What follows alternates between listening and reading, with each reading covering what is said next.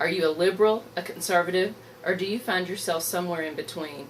Hi, I'm Reverend Betsy Singleton, the pastor of Quapaw Quarter United Methodist Church. We're located downtown at 16th and Louisiana, and I would like to invite you to a new sermon series which begins on Sunday, September 7th and goes through September the 28th, 4 Sundays in September.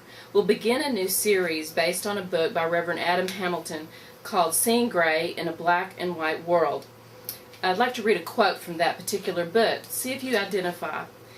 I believe that Christianity is in need of a new reformation.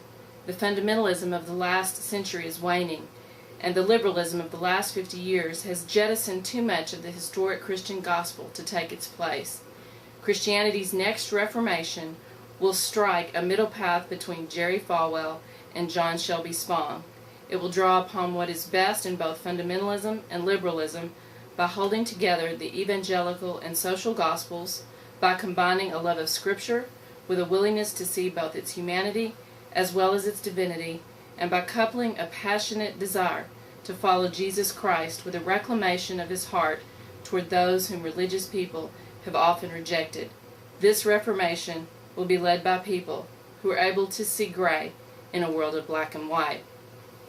The topics that we'll be looking at will be spiritual maturity, faith and politics, particularly how do we pick leaders for our country, our role in the nation, and a radical sinner. What does a radical sinner look like? One final quote from John Wesley, the founder of the Methodist Societies.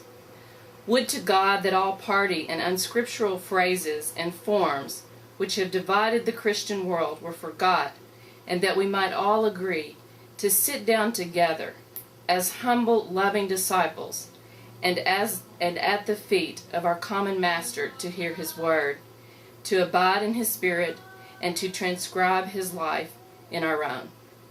Join us beginning Sunday, September 7th.